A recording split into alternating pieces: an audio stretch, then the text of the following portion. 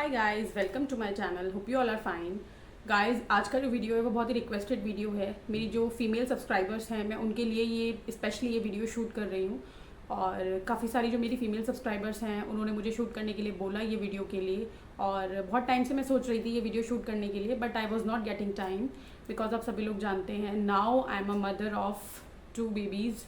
तो अभी मैंने लेटेस्ट आपको अपने लास्ट वीडियो में बताया भी था कि 11th ऑफ दिसंबर 2020 को I am blessed with a baby boy. और अभी जो मेरा बेबी है वो 6 मंथ का हो गया है और वेरी सून मैं आप लोगों को उससे मिलवाऊंगी। और तो आज का जो वीडियो है गाइस वो है मेरी डिलीवरी के ऊपर कि मेरी डिलीवरी मैंने आप लोगों को बताया भी था कि नॉर्मल डिलीवरी हुई थी। तो मेरा अभी सेकंड डिलीवरी का क्या एक्सपीरियंस था और क्या मिथ्स होते हैं सेकंड डिलीवरी को लेके, वो सारे मिथ्स जो हैं मैं आज आपके ब्रेक करने वाली हूँ, बर्स्ट करने वाली हूँ, सॉरी। तो आज की वीडियो में आप लोग कोशिश करें कि पूरा एंड तक देखें आज का वीडियो और बने रहें इस वीडियो में। तो सारी चीज़ें क्या हुआ मेरे साथ, क्या मेरा एक्सपीरियंस था, फर्स्ट डिलीवरी ज़्यादा पेनफुल होती है या सेकंड डिलीवरी ज़्यादा पेनफुल होती है, तो मैं सारी चीज़ें आप लोगों के साथ I am gonna share with you all. तो मेक श्योर वीडियो को एंड तक देखें और जिन लोगों ने अभी तक चैनल सब्सक्राइब नहीं किया है please subscribe to my channel and hit the bell button to get notification. So without any further delay let's move on to the video. तो गाइस, सबसे पहले मैं आप लोगों को बता दूं, आपने मेरा प्रीवियस वीडियो देखा होगा जो मेरा फर्स्ट डिलीवरी का जो एक्सपीरियंस था जो मैंने अपने वाईटी पे शेयर किया है। उसमें मैंने आप सभी लोगों को बताया था कि मेरी जो डिलीवरी हुई थी वो मैक्स हॉस्पिटल पटपड़गंज में हुई थी एंड जो मेरी गायनेकोलॉजिस्ट थी मैंने उनका नाम भी आप लोगों के साथ शेयर किया था। तो मैं आपको दोबारा बता देती हूँ, मैंने जो सेकेंड बेबी मेरा डिलीवर हुआ है वो सेम हॉस्पिटल में डिलीवर हुआ है, max hospital Patparganj Delhi. And जो मेरी गायनेकोलॉजिस्ट थी वो भी सेम रही हैं सेकेंड प्रेगनेंसी में भी, डॉक्टर मंजू वाली call. She is a senior consultant in max Patparganj. तो डॉक्टर भी सेम थी, हॉस्पिटल भी सेम था। अब बात करते हैं हम उस नाइट की, उस नाइट में क्या हुआ था। तो गाइज 10th ऑफ दिसंबर की बात है, आप सभी लोग जानते हैं कि 9th ऑफ दिसंबर को मेरा बर्थडे होता है। तो एज़ यूजुअली हम लोग कहीं मतलब घर पे केक ले आए थे क्योंकि प्रेगनेंसी थी और पूरा पीक पे चल रहा था, तो हम लोग कहीं भी बाहर नहीं गए। और मेरी मदर इन लॉ आई हुई थी तो हम लोगों ने घर पे ही केक ला के और थोड़ा खाना वगैरह ऑर्डर कर दिया था और घर पर ही हम लोगों ने सेलिब्रेट किया बर्थडे। और उसके बाद क्या हुआ, रात को मैं मतलब 9th ऑफ दिसंबर को बहुत आराम से एकदम कूल होके सोई, कोई ऐसा सच सिम्टम्स नहीं थे, कुछ भी नहीं था। 10th दिसंबर को जब मैं मॉर्निंग में I got wake up at 6 AM और उस टाइम क्या हुआ, मुझे हल्का हल्का पेन फील हो रहा था मेरे बैक में और लोअर एब्डोमेन में। तो मुझे थोड़ा सा डाउट हुआ, डाउट हो भी रहा था, नहीं भी हो रहा था, क्योंकि सेकंड प्रेगनेंसी की अगर मैं बात करूँ तो फर्स्ट प्रेगनेंसी में गाइज मुझे बिल्कुल भी फॉल्स लेबर पेन नहीं आए, कुछ भी नहीं हुआ, इंस्टेंटली सब कुछ एक साथ हुआ था और मैं हॉस्पिटल में एडमिट हो गई थी। और अगर मैं सेकेंड डिलीवरी की बात करूँ तो मुझे बार बार फॉल्स लेबर पेन्स आ रहे थे। अराउंड 7 मंथ्स के बाद से मुझे फॉल्स लेबर पेन आते थे, चले जाते थे, टमी हार्ड हो जाता था और लोअर एब्डोमेन में काफ़ी पेन रहता था। तो सारी चीज़ें मेरे साथ हो रही थी। तो जब मैं 10th दिसंबर को मॉर्निंग में 6 बजे उठी तो मेरे को पेट में और लोअर एब्डोमेन में और मेरी बैक में काफ़ी ज़्यादा पेन था। तो मुझे लगा कि वैसे ही हो रहा होगा, तो मैंने थोड़ा सा इग्नोर किया। लेकिन जब जैसे जैसे टाइम सुबह हो रही थी 7 बजे 8 बजे, वो पेन जो था थोड़ा सा, उस जो कॉन्ट्रैक्शंस थे वो थोड़े से स्ट्रॉन्ग हुए। तो सबसे पहले मैंने अपने हस्बैंड को बताया, मैंने कहा मुझे जो है वो पेन्स आ रहे हैं और बैक से फ्रंट की तरफ पेन आ रहे हैं। मैंने आप लोगों को पहले भी बताया है कि जो लेबर पेन्स आते हैं वो बैक से एब्डोमेन की तरफ आते हैं। तो मुझे सेम चीज़ हो रही थी। तो मेरे हस्बैंड को थोड़ा डाउट हुआ कि शायद मेरे लेबर पेन से स्टार्ट हो गए हैं। तो आई थिंक उस दिन सैटरडे था और सैटरडे संडे मेरे हस्बैंड का जो है वो वीकली ऑफ होता है, तो ही वॉज विद मी और घर पर ही थे वो, मदर इन लॉ भी आई हुई थी। तो उन्हें थोड़ा सा डाउट हुआ। फिर जैसे जैसे डे स्टार्ट हुआ घर में सब लोगों ने नहाया, पूजा की एंड ब्रेकफास्ट एंड ऑल सारी चीज़ें हुई। उसके बाद गाइज मेरे जो पेन्स थे वो धीरे धीरे बढ़ते जा रहे थे।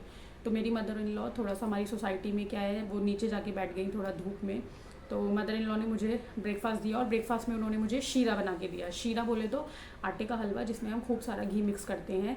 उससे क्या होता है कि अगर आपको लेबर पेन्स आ रहे हैं तो आपका सर्विक्स जो है वो इजीली डायलेट हो जाता है और नॉर्मल डिलीवरी का जो प्रोसेस है वो काफ़ी स्मूथ हो जाता है। तो मेरी मदर इन लॉ ने मुझे शीरा बना के दिया और मैंने वो शीरा खाया। उसमें उन्होंने इतना सारा घी की क्वांटिटी भर दी, बहुत ज़्यादा। तो मेरी मदर इन लॉ ने मुझे बोला कि सारा घी पी जाओ और जो हलवा था उसको गरम गरम खाना था। मैंने हलवा गरम गरम खा लिया और सारा घी पी लिया। लेकिन जैसे ही मैं नीचे वॉक करने के लिए गई, क्योंकि उस दिन अच्छी खासी धूप निकली हुई थी, तो मैं जैसे ही नीचे वॉक करने के लिए गई मुझे एकदम से नौशिया हुआ और मेरा एकदम से जी मिचलाने लगा और मुझे आई फील लाइक कि मुझे मतलब प्यूकिश फील होने लगा और मुझे ऐसा लगा कि मुझे अभी बस वॉमिटिंग आने वाली है। और जैसे ही मैं नीचे गई मुझे एकदम से वॉमिटिंग आ गई और सारा का सारा जो भी खाया पिया था सब कुछ बाहर आ गया। ऑन द अदर हैंड जो मेरे पेन्स थे वो चल रहे थे, बैक से आगे की तरफ आ रहे थे। और मेरे हस्बैंड ने मुझे बोला कि तुम अपनी गायनोकोलॉजिस्ट को एक बार इन्फॉर्म कर दो कि तुम्हें पेन्स आने स्टार्ट हो गए हैं। लेकिन गाइस हुआ ये कि इस बार क्या था कि दिमाग में ना सारी चीज़ें पहले से थी कि यार लास्ट टाइम मेरे साथ ये हुआ था, तो इस बार भी ये होगा। तो मैं डर के मारे जो था, मैंने अपनी गायनोकोलॉजिस्ट को ना तो कॉल किया, ना मैंने उन्हें बताया कि मैम मुझे ऐसे ऐसे पेन्स आ रहे हैं। मैंने उन्हें कुछ भी नहीं बताया, क्योंकि मुझे पता था कि पहली डिलीवरी में भी ये सब चीज़ें हुई थी, नॉर्मल है, 10-12 घंटे का लेबर प्रोसेस चलता है, इस बार भी होगा। तो मैंने सोचा कि एंड में बताऊँगी, क्योंकि मेरी सबसे बड़ी बेवकूफ़ी थी। उसके बाद गाइस क्या हुआ, मुझे वॉमिटिंग हो गई। वॉमिटिंग के बाद मैंने 1-2 ऑरेंजेस लिए ताकि मेरा मूड थोड़ा अच्छा हो। मैंने ऑरेंज खाए और जो मेरे पेन्स थे अब वो बढ़ते जा रहे थे। तो जो मुझे फॉल्स लेबर पेन आ रहे थे, मुझे लग रहा था कि ये फॉल्स लेबर पेन्स तो नहीं है, क्योंकि वो आते हैं और फिर चले जाते हैं, आते हैं चले जाते हैं। बट दिस टाइम क्या हो रहा था मेरे साथ, पेन्स आ रहे थे और वो स्ट्रॉन्गर होते जा रहे थे। मतलब जैसे जैसे टाइम हमारा गुजर रहा था, 11-12-1 जैसे जैसे बज रहे थे, वैसे वैसे जो मेरे पेन्स थे वो और उनकी जो मतलब उनकी इंटेंसिटी होती है वो और ज़्यादा बढ़ती जा रही थी। उसके बाद गाइस क्या हुआ, मेरे हस्बैंड ने मुझे बहुत बार बोला कि एक बार डॉक्टर को इन्फॉर्म कर दो, एटलीस्ट उनके कानों में हो कि हाँ भाई जयश्री को पेन से स्टार्ट हो गया। तो डॉक्टर एक मेंटल सेटअप लेके बैठेगी कि भाई पेशेंट कभी भी आ सकता है। बट मैंने फिर भी उनको डिनाई कर दिया कि नहीं, मैं अभी नहीं बता रही, बिल्कुल बाद में बताऊँगी। फिर उसके बाद गाइस क्या हुआ, मेरी मदर इन लॉ मुझे ऊपर लेके आई, मैंने खाना खाया। खाना खाने के बाद जो था, मेरे पेन्स मतलब रुक नहीं रहे थे। आप ये कह सकते हैं कि दर्द थोड़ा सा कम हो जाता था तो मैं थोड़ा नॉर्मल हो जाती थी, लेकिन पेन्स जो थे वो काफ़ी ज़्यादा अभी भी आ रहे थे। फिर उसके बाद मैंने जैसे तैसे करके खाना खाया। खाना खाने के बाद मैं 2 घंटे के लिए लेट गई। उसके बाद मेरी मदर इन लॉ टचवुड बहुत अच्छी हैं, उन्होंने मुझे बैक मसाज दिया, मेरे हस्बैंड ने बैक मसाज दिया, शोल्डर मसाज दिया। I feel little comfortable. और मैं थोड़ी देर के लिए रेस्ट किया मैंने, 2-3 घंटे के लिए। फिर उसके बाद जो था, शाम हो गई। शाम में जो था, मेरे पेन्स मुझे फिर से आ रहे थे बार बार। मेरी मदर इन लॉ ने भी बोला कि भाई अब तो डॉक्टर को बोल दो, लेकिन फिर भी मुझे ऐसा लग रहा था कि यार डॉक्टर कहीं हॉस्पिटल ना बुला ले और फिर से मेरे साथ वही होगा। तो कहीं ना कहीं दिमाग में ना एक डर बना हुआ था, क्योंकि आप ऑलरेडी जानते हो, जब आप एक बार डिलीवर कर चुके होते हुए भी, तो आपको पता होता है कि आपके साथ क्या क्या चीज़ें होने वाली हैं। और पहली डिलीवरी आपको भी पता है कितनी खतरनाक थी, मैं अपने यूट्यूब पे शेयर कर चुकी हूँ, आप सभी लोग जानते हैं। तो मुझे कहीं ना कहीं डर था और मैं उस डर के मारे डॉक्टर को इन्फॉर्म नहीं कर रही थी और मैं दर्द को बर्दाश्त किए जा रही थी जो मुझे लेबर पेन्स आ रहे थे। फिर गाइस उसके बाद हुआ ये कि जैसे तैसे करके शाम भी निकल गई। अब आई रात। अब रात को क्या हुआ, मेरे को पेन्स बहुत ज़्यादा आ रहे थे। मैटरनिटी बैग बिल्कुल भी रेडी नहीं था। मेरी मदर इन लॉ ने जल्दी जल्दी मैटरनिटी बैग रेडी किया। मैटरनिटी बैग में वैसे एज सच हमें मैक्स में कुछ चाहिए नहीं होता, आपके पैकेज में सारी चीज़ें इंक्लूड हो जाती हैं। हमें सिर्फ बेबी के क्लोथ्स चाहिए थे, दैट्स इट। मुझे अपना कुछ भी नहीं चाहिए था, क्योंकि सब कुछ मुझे हॉस्पिटल से मिलने वाला था। तो विंटर्स का टाइम था, तो मेरी मदर इन लॉ ने अपने लिए शॉल, स्कार्फ, ग्लव्स, सॉक्स सारी चीज़ें रेडी कर ली। हस्बैंड ने सब कुछ रेडी कर लिया। हमारे साथ एक छोटा बेबी भी है, 2.5 साल का, अमोक, जो कि मेरा पहला बेटा है। उसके लिए भी हमने सारा जो भी स्टफ़ था वो सब कुछ बैग में पैक करा के हस्बैंड ने कार में पहले से ही रख दिया कि जैसे ही लगेगा कि ओवर हो रहा है वैसे ही हम यहाँ से भाग लेंगे। फिर गाइस मेरे हस्बैंड ने मेरी डॉक्टर को, गायनोकोलॉजिस्ट को इन्फॉर्म किया, बहुत डरते डरते। और उस टाइम पे वही हुआ जो जिस बात का मुझे डर था। मैम ने मुझे बहुत डांटा और उन्होंने बोला कि तुमने मुझे सुबह से क्यों नहीं बताया, सर्दियों की रातें हैं और तुम्हें मुझे सुबह से इन्फॉर्म करना चाहिए था। अगर तुम मुझे डे टाइम में इन्फॉर्म करती तो मैं तुम्हें इंजेक्शंस लगा के, ड्रिप लगा के लेबर पेन बढ़ा देती, इंड्यूस करा देती और ज़्यादा इंटेंसिटी बढ़ा देती और मैं तुम्हारी डे टाइम में ही डिलीवरी कर देती। लेकिन तुमने ऐसा क्यों नहीं किया। उन्होंने मुझे बहुत डांटा, बहुत सुनाया। अब उन्होंने फिर मुझे ये भी बोला कि अब तुम रात में आओगे, अब तुम भी अपनी नींद ख़राब करोगे सर्दी में और मुझे भी परेशान करोगे, क्योंकि गाइस आप लोग भी जानते हैं सर्दियों में अपनी रातें कोई ख़राब करना नहीं चाहता। तो मैम ने बोला, मैम थोड़ा सा मतलब मुझसे नाराज़ हो गई थी, थोड़ा सा गुस्सा हो गई थी और मुझसे हार्शली और बहुत रूडली वो बात करने लगी। हालांकि शी इज़ वेरी सपोर्टिव, लेकिन फिर भी वो मुझे डांट रही थी कि तुमने मुझे डे टाइम में क्यों नहीं बताया, इतना पेन बर्दाश्त किया, और अगर तुम मुझे डे टाइम में बता देते तो मैं सारी चीज़ें डे में ही क्लियर कर देती और डिलीवरी अब तक हो गई होती और तुम भी बिल्कुल फ्री होते। मतलब जो भी तुम इतना दर्द बर्दाश्त कर रहे हो, अपने आप को टॉर्चर कर रहे हो, और मैं भी अपने घर पे आराम से सोती। तो फिर कहीं ना कहीं अब मुझे और ज़्यादा डर लग रहा था कि मेरे हस्बैंड ने मैम को सारी रियलिटी बता दी, अब कहीं मैम मेरे साथ मिसबिहेव तो नहीं करेंगी, कहीं वो मेरे ऊपर चिल्लाएंगे तो नहीं। लेकिन फिर भी उसके बाद ऐसा कुछ नहीं हुआ। फिर उसके बाद क्या हुआ, मेरी मदर इन लॉ ने मुझे मंदिर में कान्हा जी के, भगवान जी के हाथ जुड़वाए। मैंने भगवान जी के हाथ जोड़े, भगवान जो हो सब अच्छे से हो, बॉय हो गर्ल हो डजेंट मैटर, बस जो भी हो अच्छे से हो, हेल्दी हो और सारा जो प्रोसेस है वो बहुत स्मूथली हो जाए। अब डरते डरते हम बैग्स सब कुछ हमने अपनी गाड़ी में रख दिए थे। घर से हम लोग उठ के गए पार्किंग में। पार्किंग से मेरे हस्बैंड ने गाड़ी उठाई। उस टाइम आई थिंक गाइस एक चीज़ और, सारी चीज़ें बिल्कुल सेम हुई हैं। सैटरडे को मैं अपने फर्स्ट बेबी के टाइम पे एडमिट हुई थी, सैटरडे को मैं अपने सेकंड बेबी के टाइम पे एडमिट हुई, संडे को पहला बेबी डिलीवर हुआ, संडे को मेरा दूसरा बेबी डिलीवर हुआ। टाइमिंग्स भी दोनों की सेम है। दोनों बच्चों में मुझे अर्ली मॉर्निंग मैंने डिलीवर किए हैं और 4-5 घंटे मतलब जो फर्स्ट डिलीवरी थी उसमें भी ऑलमोस्ट मैंने 10-12 घंटे का लेबर पेन सहा था और सेकंड डिलीवरी में भी मेरे साथ सेम सिचुएशन हुई। तो उसके बाद हम निकल गए घर से मैक्स हॉस्पिटल की तरफ पटपड़गंज के लिए। रास्ते में मुझे इतने गंदे वाले कॉन्ट्रैक्शंस आ रहे थे, इतने गंदे कॉन्ट्रैक्शंस आ रहे थे, लिटरली मेरी मदर इन लॉ डर गई थी कि कहीं रास्ते में ही कुछ गड़बड़ ना हो जाए। और मेरे हस्बैंड भी मुझे डांट रहे थे कि भाई तुम इतनी देर से बर्दाश्त क्यों कर रही थी, क्योंकि मैं डर के मारे किसी को कुछ बता नहीं रही थी कि एक्चुअल में मेरे साथ हो क्या रहा है। सब लोग बहुत डरे हुए थे। भगवान का नाम लेके जैसे तैसे हम हॉस्पिटल पहुँचे। इतने गंदे मुझे कॉन्ट्रैक्शंस आ रहे थे, बहुत गंदे। सबको ये लग रहा था कि कहीं पे कुछ भी हो सकता है, तो हम बस भगवान का नाम लेके हाथ जोड़ के जैसे तैसे हॉस्पिटल पहुँचे। हॉस्पिटल में पहुँचते ही मुझे उन्होंने मैम ने अपनी टीम को बोल दिया था, क्योंकि नाइट में वहाँ पर और भी डॉक्टर्स होते हैं जिनकी ड्यूटी होती है।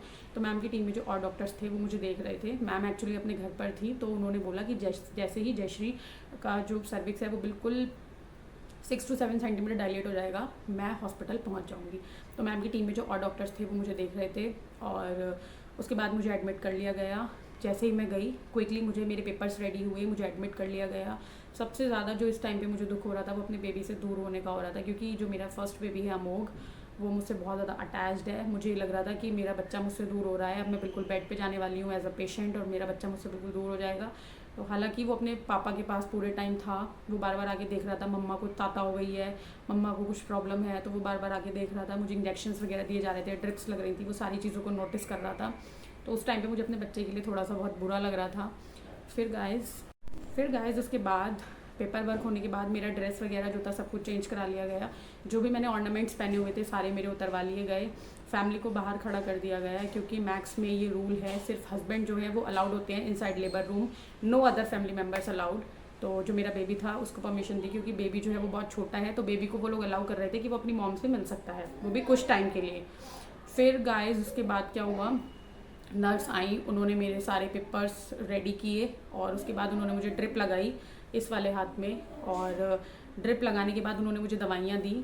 तो जो मेरे कॉन्ट्रैक्शंस थे वो आ रहे थे, लेकिन अभी उतने ज़्यादा स्ट्रॉन्गर नहीं थे, वो थोड़ा सा रुक गए थे। डॉक्टर मेरे पास आए, उन्होंने मेरा सर्विक्स चेक किया, अभी कितना डायलेट हुआ है। तो मैम ने मुझे चेक करके बोला कि जयश्री अभी टाइम है, अभी तुम आराम से सो जाओ, मॉर्निंग तक डिलीवरी होगी। तो जिस टाइम मैं एडमिट हुई थी उस टाइम 12 साढ़े 12 आई थिंक बज गए थे।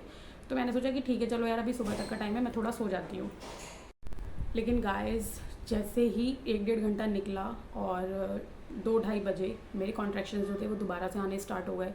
और मतलब जैसे पहले जो लोग कहते हैं ना कि फ़र्स्ट डिलीवरी बहुत इजी होती है और सेकंड डिलीवरी बहुत ज़्यादा फर्स्ट डिलीवरी बहुत ज़्यादा टफ होती है और सेकंड डिलीवरी बहुत ज़्यादा इजी होती है, कुछ नहीं पता और चलता, और एक बार यूट्रस का मुंह ओपन हो जाता है, एक बार आप बेबी डिलीवर कर देते हो तो second delivery is very easy, second delivery बहुत स्मूथ हो जाती है। ये सो कॉल्ड सारे मिथ्स हैं और ये बिल्कुल झूठ है कि आपकी फ़र्स्ट डिलीवरी अगर बहुत ज़्यादा पेनफुल रही है तो सेकंड डिलीवरी बहुत स्मूथ होगी, सब बकवास है। और इवन मैं अपने डॉक्टर की बात करूँ जो मेरे गायनेकोलॉजिस्ट हैं, उन्होंने मुझसे भी यही बोला था कि जयश्री फर्स्ट डिलीवरी जो होती है वो बहुत पेनफुल होती है, सेकंड डिलीवरी में देखना चुटकियों में हो जाएगी और तुम्हें पता भी नहीं चलेगा। बट ऐसा कुछ भी नहीं है, ना मेरे साथ ऐसा हुआ वहाँ पर कुछ।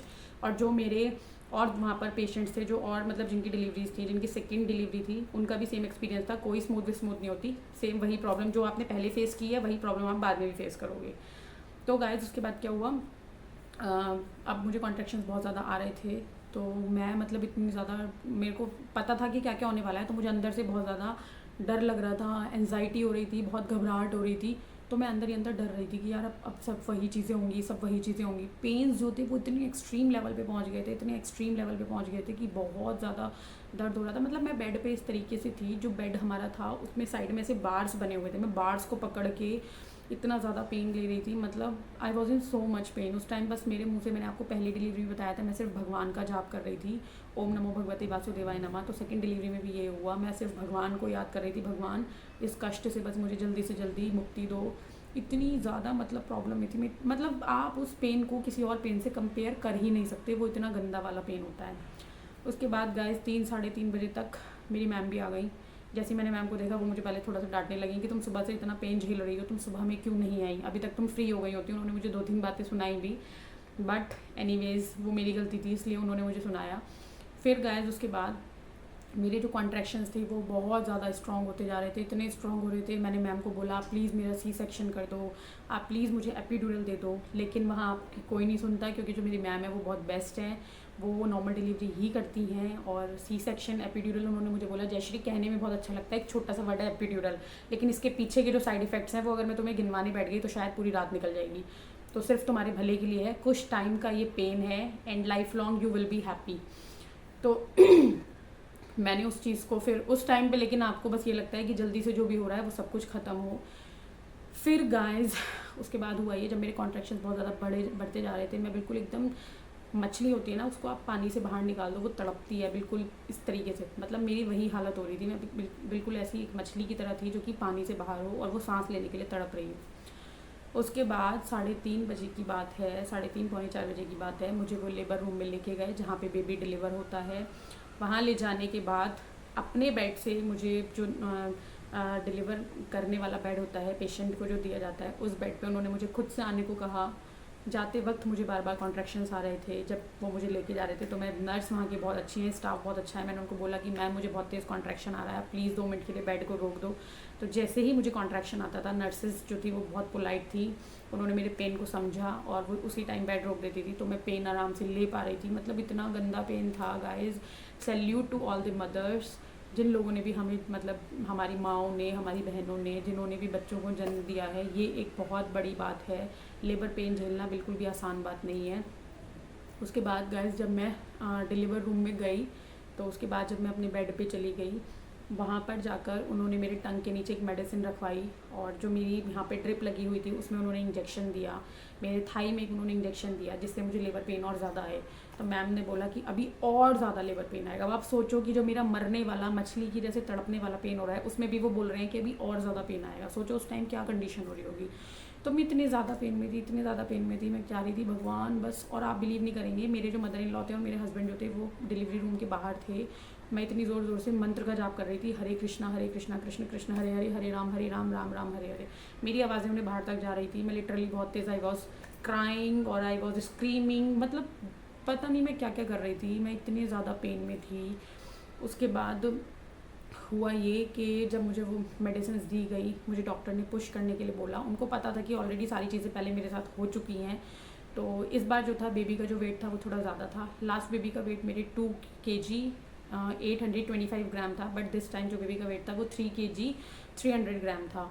तो मैंने बहुत बार मुशक्क़त के बाद बेबी जो था वो डिलीवर नहीं हो पा रहा था बिकॉज ऑफ हेल्दी बेबी का वेट थोड़ा ज़्यादा था, तो मैं बार बार भगवान का नाम ले रही थी, बहुत ज़्यादा आई वॉज शाउटिंग। फिर उसके बाद my baby boy was born around 4:30 AM। उसके बाद मैम ने मेरे को बेबी दिखाया and I was very very happy. मुझे ऐसा लगा कि शायद अमोघ ही दोबारा मेरी लाइफ में आ गया, क्योंकि फेस और उसका हेड, उसके hands, fingers, eyes, nose, everything was like Amogh. तो मुझे लगा कि शायद मेरे अमोघ दोबारा से आ गया है, तो I was very happy. It doesn't matter boy हो या गर्ल हो, मुझे इन चीज़ों से फ़र्क नहीं पड़ता, तो आई वॉज सो हैप्पी। उसके बाद गाइज जो स्टिचिंग का प्रोसेस था, इस बार मैंने मैम को पहले ही बोल दिया था, मैम आप प्लीज़ स्टिचिंग का प्रोसेस जल्दी शुरू कीजिएगा, क्योंकि लास्ट टाइम हुआ ये था, एनेस्थीसिया सिर्फ एक बार दिया जाता है ड्यूरिंग योर एपिड्यूरल, जब आपको ड्यूरिंग एपिजियोटमी, जब हमारी एपिजियोटमी होती है, जिस टाइम हमारे वजाइनल एरिया में कट लगता है, उसी टाइम आपको जो है एनेस्थीसिया दिया जाता है, लोकल एनेस्थीसिया, और उसका जो असर है वो अराउंड 15 मिनट्स तक रहता है। तो जैसे ही डिलीवरी हो जाती है उसके बाद अगर तुरंत स्टिचेस ना लगाए जाए तो बहुत ज़्यादा पेनफुल हो जाता है स्टिचिंग का प्रोसेस। तो लास्ट टाइम मेरे साथ यही हुआ था, स्टिचिंग प्रोसेस में ऑलमोस्ट हाफ एन आवर लगा था और मुझे इतना ज़्यादा पेन हुआ था, इतना ज़्यादा पेन हुआ था, मतलब पहले तो डिलीवरी पेन झेला, उसके बाद स्टिचेस का पेन झेला, तो बहुत गंदा वाला पेन हुआ था। लेकिन इस बार मैंने मैम को पहले ही बोल दिया था, जैसे ही बेबी डिलीवर होगा वो एनेस्थीसिया का जो असर है वो ख़त्म ना हो, आप जल्दी से स्टिचेस लगाना शुरू कर देना। तो जैसे ही मेरा बेबी डिलीवर हुआ, मैम ने तुरंत प्लेसेंटा को रिमूव किया और उन्होंने तुरंत मैंने स्टिचेस लगाने शुरू कर दिए। तो थैंकफुली इस बार मुझे स्टिचेस का ज़्यादा पेन नहीं हुआ। हाँ, थोड़ा बहुत हुआ, क्योंकि 15 मिनट में स्टिचेस लगाना, प्लेसेंटा रिमूव करना, बेबी को निकालना, इतना टाइम लग ही जाता है। तो धीरे धीरे एनेस्थीसिया का असर जो है वो कहीं ना कहीं ख़त्म होने लगता है और दोबारा एनेस्थीसिया नहीं दे सकते आप। अगर मेरी डॉक्टर ने ऐसा बोला था कि एनेस्थीसिया सिर्फ एक बार दिया जाता है, लोकल एनेस्थीसिया हम दोबारा नहीं दे सकते, क्योंकि हमें OT से परमिशन लेना पड़ता है। तो उसके बाद स्टिचिंग का प्रोसेस शुरू हुआ। स्टार्टिंग में तो पेन नहीं हुआ, लेकिन बाद में मुझे स्टिचेस का भी बहुत पेन हुआ, क्योंकि गाइस उसका असर एनेस्थीसिया का धीरे धीरे कम होने लगता है। और स्टिचेस काफ़ी सारी लेयर्स होती हैं हमारी, इंटरनली लगाए जाते हैं, आउटर लगाए जाते हैं आउटर एरिया में, तो काफ़ी ज़्यादा पेनफुल होता है। तो धीरे धीरे मुझे बाद में पेन फील हुआ, लेकिन इतना ज़्यादा नहीं था जितना मुझे लास्ट टाइम था। तो around 20 to 25 minute stitching process में लगे। उसके बाद जैसे ही स्टिचेस लगा दिए गए, उसके बाद उन्होंने मुझे रिकवरी रूम में शिफ्ट कर दिया। फिर गाइस लास्ट टाइम की तरह जो चीज़ें लास्ट टाइम हुई थी सेम इस बार भी वही हुई। उन्होंने मेरे क्लोथ्स चेंज कराए, उसके बाद मेरा फेस एंड बॉडी को पूरा हॉट वाटर टाल से वाइप किया, और उसके बाद मुझे सबसे पहले मिली hot tea with 1 sandwich, vegetable sandwich. मैंने वो सैंडविच खाया, चाय पी, देन उसके बाद मेरा अराउंड 2-3 घंटे के बाद मुझे ब्रेकफास्ट मिला। ब्रेकफास्ट खाने के बाद मुझे जो है, मैंने आपको पहले ही बताया था कि डिलीवरी जब आपकी नॉर्मल होती है तो जब तक आपको यूरिन पास नहीं होता आपको आपके रूम में शिफ्ट नहीं करते। तो मुझे फिर बताया गया, मुझे सारी चीज़ें पहले से ही पता थी ऑलरेडी। तो फिर मुझे अराउंड 1 से 1.5 बजे के बीच यूरिन पास हुआ। उसके बाद गायनेकोलॉजिस्ट ने चेक किया इंटरनली, फिर चेक करने के बाद उन्होंने बोल दिया अब आप इनको जयश्री को रूम में शिफ्ट कर सकते हैं। देन मैं अपने रूम में शिफ्ट हो गई, and with in 2 to 4 hours मुझे मेरा बेबी भी हैंड ओवर कर दिया गया, and I was very very happy. My baby was super cute. मैं फ़ोटो जो है वो अपने वीडियो के थंबनेल में लगा दूँगी। तो ये था मेरा डिलीवरी का एक्सपीरियंस। और नॉर्मल डिलीवरी जो है वो बहुत ज़्यादा टफ़ है, बहुत ज़्यादा पेनफुल है, लेकिन लाइफ लॉन्ग अगर आपको हैप्पी रहना है तो आप नॉर्मल डिलीवरी ही चूज़ करें, and it depends on your doctor. एक अच्छा गायनेकोलॉजिस्ट चूज़ करना बहुत ज़रूरी है, क्योंकि आजकल मोस्ट ऑफ द केसेस में क्या होता है, डॉक्टर सी सेक्शन कर देते हैं। उसके पीछे का गाइस रीज़न ये है, सी सेक्शन में डॉक्टर को ऑलमोस्ट हाफ एन आवर लगता है 20-25 मिनट लगते हैं, दैट्स इट। लेकिन अगर हम बात करें नॉर्मल डिलीवरी की, तो डॉक्टर को अपना 24 आवर्स पूरा पेशेंट को देना पड़ता है। लेबर प्रोसेस जो है वो 12 घंटे भी चल सकता है, 6 घंटे भी चल सकता है, 24 घंटे भी चल सकता है, एंड इनफैक्ट 48 घंटे भी चल सकता है। तो नॉर्मल डिलीवरी में जो लेबर प्रोसेस होता है वो टाइम टेकिंग प्रोसेस होता है, तो उसमें डॉक्टर को अपना काफ़ी ज़्यादा टाइम देना पड़ता है। लेकिन सी सेक्शन में ऐसा बिल्कुल भी नहीं है। तो मेक श्योर आप अपना जो गायनेकोलॉजिस्ट हैं वो वाइसली चूज़ करें। और I am very very happy, मेरी जो दोनों डिलीवरीज हैं बिल्कुल नॉर्मल हुई हैं, और विद इन 1 वीक मैं बिल्कुल ठीक हो गई थी। 1 वीक या 10 डेज़ के अंदर आपके स्टिचेस हील होने लगते हैं, and you can walk, you can sit. और उसके बाद आप जो मर्ज़ी खाएं, खूब भर भर के घी खाएं, पंजीरी खाएं, लड्डू खाएं, eat what ever you want, और बस हेल्दी हो जाएं।